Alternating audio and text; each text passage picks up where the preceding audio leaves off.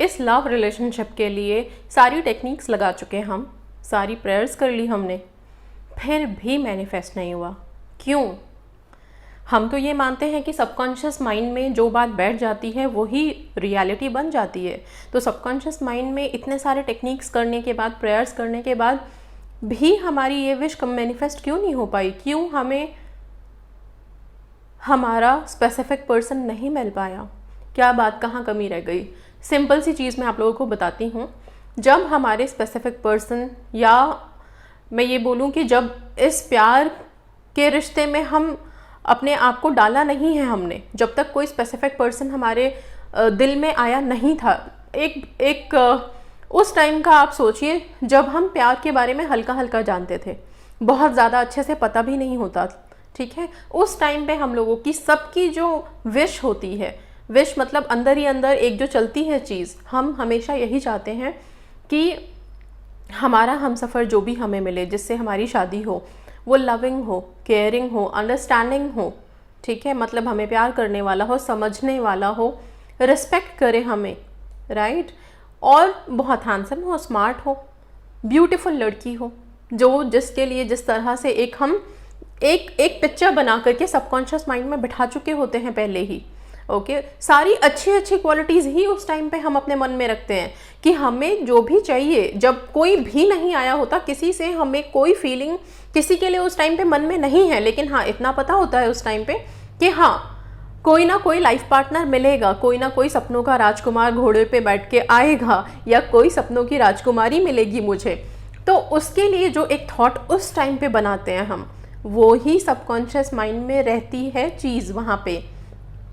और कैसे रहती है, क्यों वो चीज़ सबकॉन्शियस माइंड में चली जाती है? इसलिए क्योंकि जब आपने वो थॉट क्रिएट की, उस टाइम पे किसी बात का डर था ही नहीं, कोई डेस्परेशन थी ही नहीं, कोई डाउट था ही नहीं, क्योंकि वो ऐसी विश आप बना रहे थे जहां अभी किसी की एंट्री हुई नहीं थी। वो हमने एक ऐसा मतलब घर बनाया, एक सपनों का एक नक्शा बनाया, एक डिज़ाइन किया कि हाँ ऐसा होना चाहिए, ऐसा मुझे चाहिए, बस, ठीक है। हमें नहीं पता कि ये मिलेगा कि नहीं मिलेगा, क्यों? क्योंकि हमारे पास कुछ है ही नहीं इस तरह का। हमने सिर्फ अपना सपना बनाया था, और वो सपना इतना स्ट्रांग था, उसके लिए कोई डर, डाउट, डेस्परेशन कुछ था ही नहीं।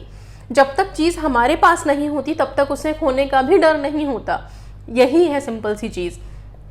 अब वो सारी स्पेसिफिकेशन, वो जो आपने फ्रेम बनाया था, वो फ्रेम तो आपके सबकॉन्शियस माइंड ने ऑलरेडी लिया हुआ है, आपके दिल में, आपके मन में वो फ्रेम बैठा हुआ है अपने अपने पर्सन का।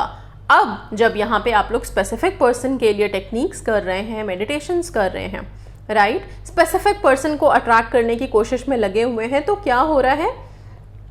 आप लोग उनकी कमियां तो बोलते ही हो, राइट, कि प्यार नहीं करता, मुझे टाइम नहीं देता, मेरे कॉल्स पिक नहीं करते, मुझे वापस से कॉल नहीं करते, या फिर अगर गर्ल की तरफ से है तो कि वो रिस्पॉन्स नहीं दे रहे हैं, वो अपने पेरेंट्स से डर रहे हैं, या वो मुझे उतनी अहमियत नहीं देते। अब आप लोगों ने जो जो थॉट्स उनके लिए क्रिएट की है, वो थॉट वहाँ पे एडजस्ट हो ही नहीं रहा। सबकॉन्शियस माइंड बहुत ही निश्चल है, बिल्कुल उसे कुछ भी नहीं पता। नेगेटिव भी थॉट्स मैनिफेस्ट होते हैं, इसलिए हम कहते हैं, और पॉजिटिव थॉट्स भी मैनिफेस्ट होते हैं। अभी वहाँ पे जो एक थॉट बैठ गया था, जो हमारी इच्छा रहती है हमेशा कि ऐसा हमसफ़र हमें मिले, किसी के भी हमारी लाइफ में आने से पहले ही वो इच्छा बन चुकी होती है, ठीक है, चाहे वो हम फिल्मों को देख करके बना लें, राइट। बहुत ज़्यादा मोटिवेट तो हम हिंदी मूवीज़ को देख के हो जाते हैं, जब उसमें देखते हैं कि अच्छा इतना प्यार करने वाला इंसान है, केयरिंग है, ओ गॉड ऐसा ही मुझे भी मिल जाए।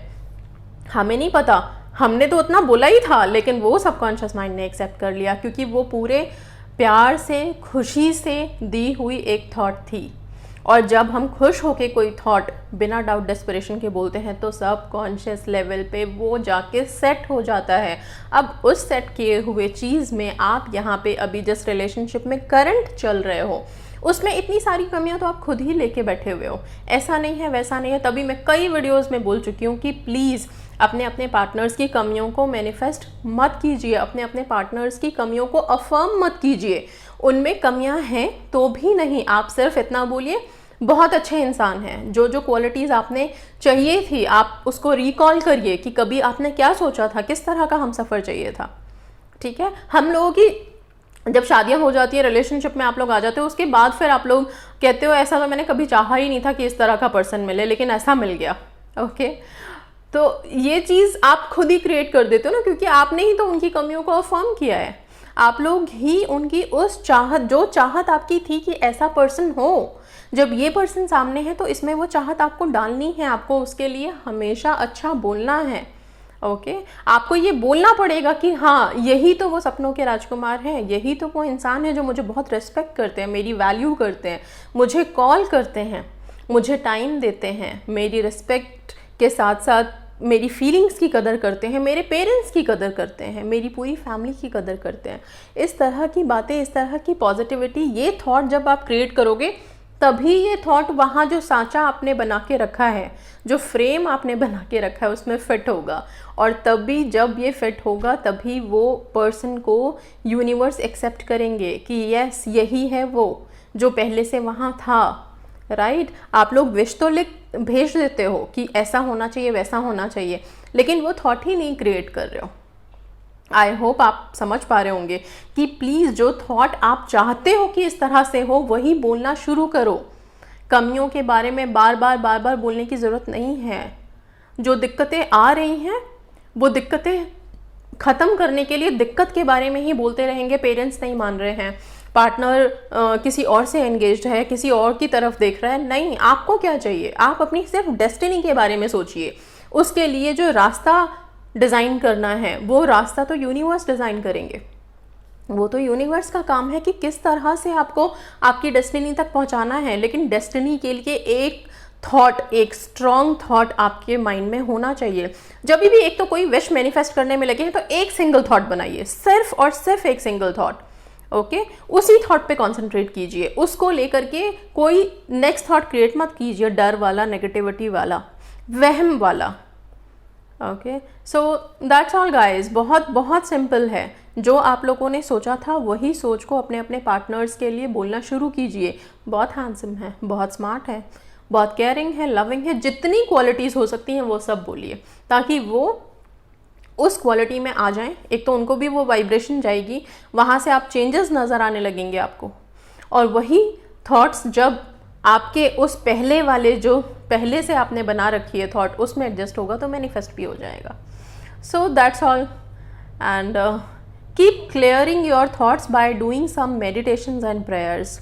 Okay, there is ho'oponopono prayer मैंने डाली है, मेडिटेशन डाली है, आप उसको कीजिए। कभी कभी कर्मों का भी इफेक्ट, कार्मिक कनेक्शंस जो होते हैं वो भी चले आते हैं, उनकी वजह से भी आप लोगों को दिक्कतें आने लग जाती हैं मैनिफेस्टेशन में। फिर लगता है कि हमने तो टेक्निक्स की है, लॉ ऑफ अट्रैक्शन ही बेकार है, कुछ नहीं होता इससे। Law of attraction is always great, ठीक है, and it is always wonderful, doing wonders in everyone's life. आपकी लाइफ में भी होगा। कुछ चीज़ें जो आप लोगों के साथ कनेक्टेड हैं उसको आप लोग मेडिटेशन से दूर कीजिए, एंड उसके लिए सबसे बेस्ट होपोनोपोनो प्रेयर है, उसको रात में कीजिए। हील योर सेल्फ, ठीक है। कुछ पास्ट है, कुछ चीज़ें आप लोगों के साथ हैं, तो उनको आप लोग प्लीज़ प्रेयर से, मेडिटेशन से ख़त्म कीजिए। जब भी आप लोग एक तो प्रेयर्स करते हैं तो प्रेयर्स भी फेथ के साथ कीजिए।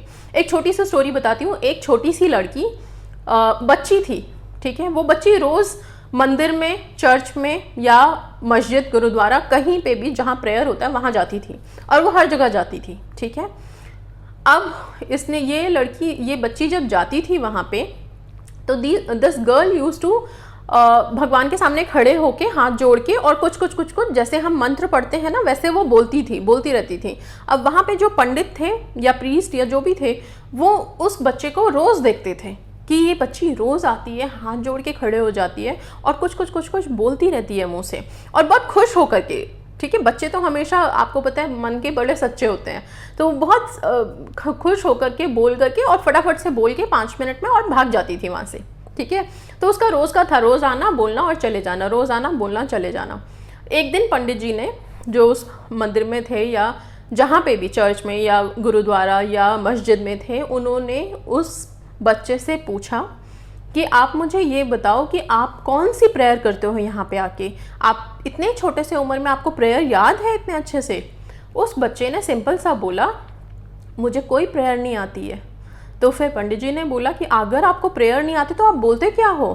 तो फिर उस बच्चे ने बोला कि मैं तो सिर्फ A to Z बोल देती हूँ और अ से लेके अंक तक जो मेरे स्कूल में सिखाया है वो सारे अक्षर बोल देती हूँ, जितने अक्षर सीखे हैं सब बोल देती हूँ, और बोल करके मैं सिर्फ भगवान को ये बोलती हूँ कि मुझे पता है आपकी प्रेयर इन्हीं वर्ड्स में से ही मिलकर के बनी है, तो मैंने सारे वर्ड्स बोल दिए हैं, अब आप अपने प्रेयर इसमें से अरेंज कर लेना please, and thank you so much, मेरी विश ये है, बोल करके और फेथफुली हंसते हुए चली जाती है। सारा खेल फेथ का है। ओके, प्रेयर्स करते समय भी एक डर जो आप लोग बना लेते हो, अच्छा यहाँ पे ये मिस्टेक कर दी, अब क्या होगा, अब होगा कि नहीं होगा। अगर फेथफुली किया है ना तो छोटी बहुत अगर कुछ ऊपर नीचे किया भी है आप लोगों ने प्रेयर करते हुए तो कोई बात नहीं, आप उस फेथ बहुत इंपॉर्टेंट है। कई लोग कई सालों से मंत्रों की चैंटिंग और पूजा पे बैठे हुए हैं लेकिन फिर भी लाइफ में बहुत परेशान चलते हैं, मैंने देखा है ऐसे लोगों को।